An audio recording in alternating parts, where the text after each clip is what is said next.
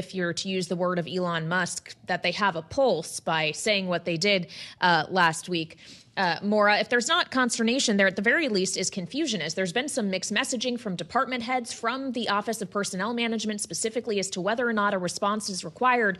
We heard the president describe those people, well over 1 million of them, who haven't responded as being, quote, on the bubble today. Are these people actually at risk of getting fired, or do we just not have clarity around that? It does seem a bit confusing at the moment, and I don't know that this cabinet meeting answered some of those questions or alleviated that confusion. But I do think it's important that the DOJ entity gives the department heads a chance to clean house or to assess what's going on in their own department. Some of them, as the president did mention, only got in there 1-2 days ago. So, giving them a chance to take assessment of what's going on at their department, identify some of those fraud, waste, and abuse issues, whether that's pointed out by DOJ through a coordinated effort or an assistance from Elon Musk and his department, sure. But without allowing them even a chance, I think is what confused many. And there needs to be some clarity there. I am glad to hear that Elon Musk has an office there, because I think that coming in and making grand sweeping gestures and blanket statements about all federal employees and without having had any experience is a little bit immature, because coming in there and saying, name me 5 things you did this week, that varies based on week to week, and I don't think that that's really an effective use. So he did try and downplay that, which I was glad to hear. And I do think that there's some importance there in recognizing the different nuances,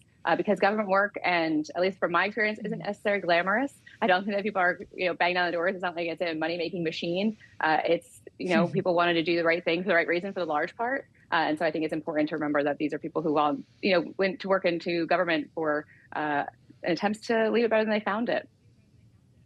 Enter the gold card, Jeannie, that would create a path to citizenship for anyone who pays $5 million or more. This would be a replacement of the old, or I guess a reinstatement of the old EB-5 visa program. Donald Trump today saying if we sell 10 million highly productive people coming in, they'll be young, they'll be talented. That's $50 trillion. That means our debt is totally paid off. Did he just solve the puzzle? He thinks he did, and he pushed back a little bit on Lutnick there, saying, he was using another number, but this could go much higher. And with Donald Trump's usual bombast, it was very optimistic.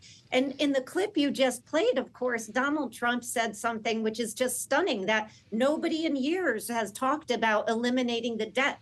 In fact, he talked about it in 2016. He said he would eliminate the entire national debt. And what did he do? He added over $8 trillion to it in 10 years. And of course, this brings us to where we are headed. His gold card, which he is holding up as potentially a panacea for debt.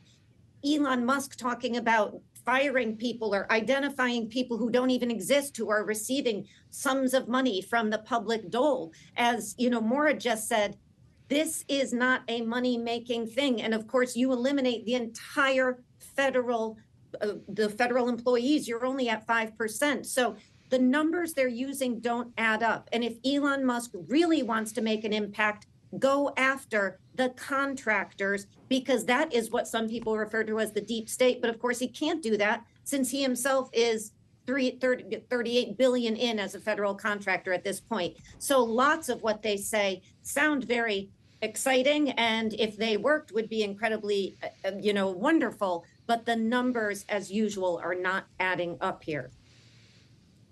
Well, and we of course know what they were saying in that cabinet room today, in part because it was live, but also there were reporters there asking questions about the subjects that we've talked about and many others that we simply don't have the time to get to. All of those who were in the room, which of course has some space constraints considering you're just huddled around a cabinet table, part of the White House press pool, which had some changes effective today. Maura and Jeannie, as you're well aware, is the White House is now picking the group of outlets that can actually be represented in that pool. And today, 2 of the wire services, Associated Press and Reuters, were not part of it. Instead, Newsmax and Blaze Media were added. Instead, HuffPost also wasn't allowed to participate this time. That slot went to Axios. We should note Bloomberg also is a wire service and was allowed to participate in the pool today. But this is obviously a change in the way this has always been done. Usually more that is the White House Correspondents Association that is coordinating this, and wire services, which distribute news to outlets all across the country, have always, all three of them, had a seat on the plane or a spot in the room. What does this do to the way in which the information coming out of this administration and this White House is going to spread? If you listened to the press secretary talking about it, you would think, yeah, sure. And if you're a Republican, you would think, of course, we should decide to have, who gets to be in the room. It's a privilege, as she said, and all these things. I don't know that they're going to have the same tune in 4 or 8 years from now when, let's say, the Republicans don't win and they're not in the presidency. But you've now allowed this to be the case. You've allowed this to be the norm now. And so how will these members of the press feel, or how will these members of the public feel if they're Republican and now the Democratic president in control is dictating who can be in the room covering news the way that he wants it or she wants it covered? I think that it sets a terrible precedent moving forward. And there is a need for objectivity. And if nothing else, I wish people would look at it without having their Republican or Democratic lens on, and think about it from the standpoint of the freedom of the press and just the importance of having objective lenses in the room, asking tough questions, and they're free to answer however they feel. But this is cause for concern.